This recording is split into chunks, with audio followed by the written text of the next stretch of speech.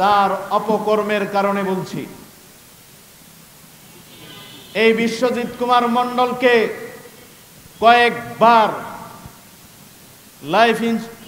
Life ইন্স্যুরেন্সের একটি সংস্থা আছে, যে সংস্থা থেকে তাকে বারবার বলা হয়েছে এই ব্যক্তিটি কোনো ইন্স্যুরেন্স কোম্পানিতে এমডি কিংবা কোনো পদে থাকার যোগ্য নয়।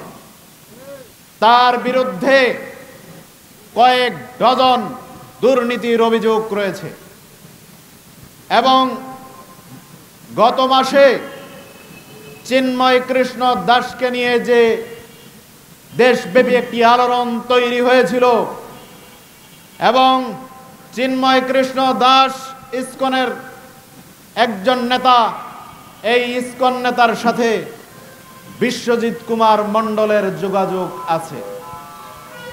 এই সেই বিশ্বজিৎ কুমার মণ্ডল চিন্ময় কৃষ্ণ দাস এবং ইসকনের 219টি অ্যাকাউন্টে 226 কোটি টাকা পাওয়া গেছে।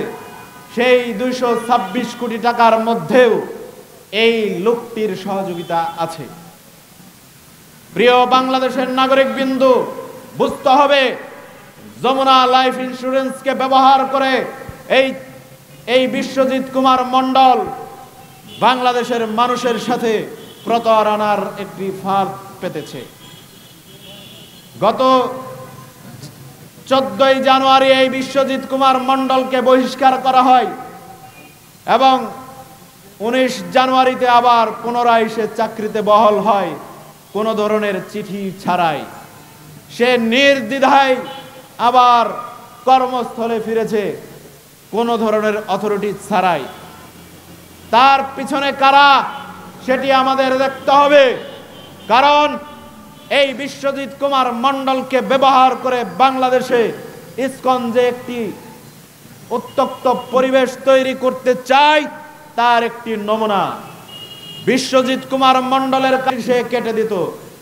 যদি সালামের শব্দ লেখা হতো আসসালামু আলাইকুম, তাহলে বিশ্বজিৎ কুমার মণ্ডল সেটি কেটে দিত। বিশ্বজিৎ কুমার মণ্ডল সে উগ্রপন্থী হিন্দুত্ববাদের একজন দোসর।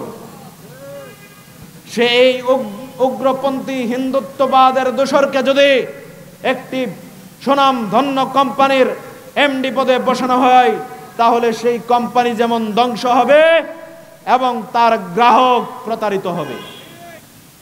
আমি এই যেহেতু জনগণের প্রতিনিধি, সেই জায়গা থেকে বলছি, আজকে জনগণের প্রশ্নে আমি একত্রতা প্রকাশ করছি।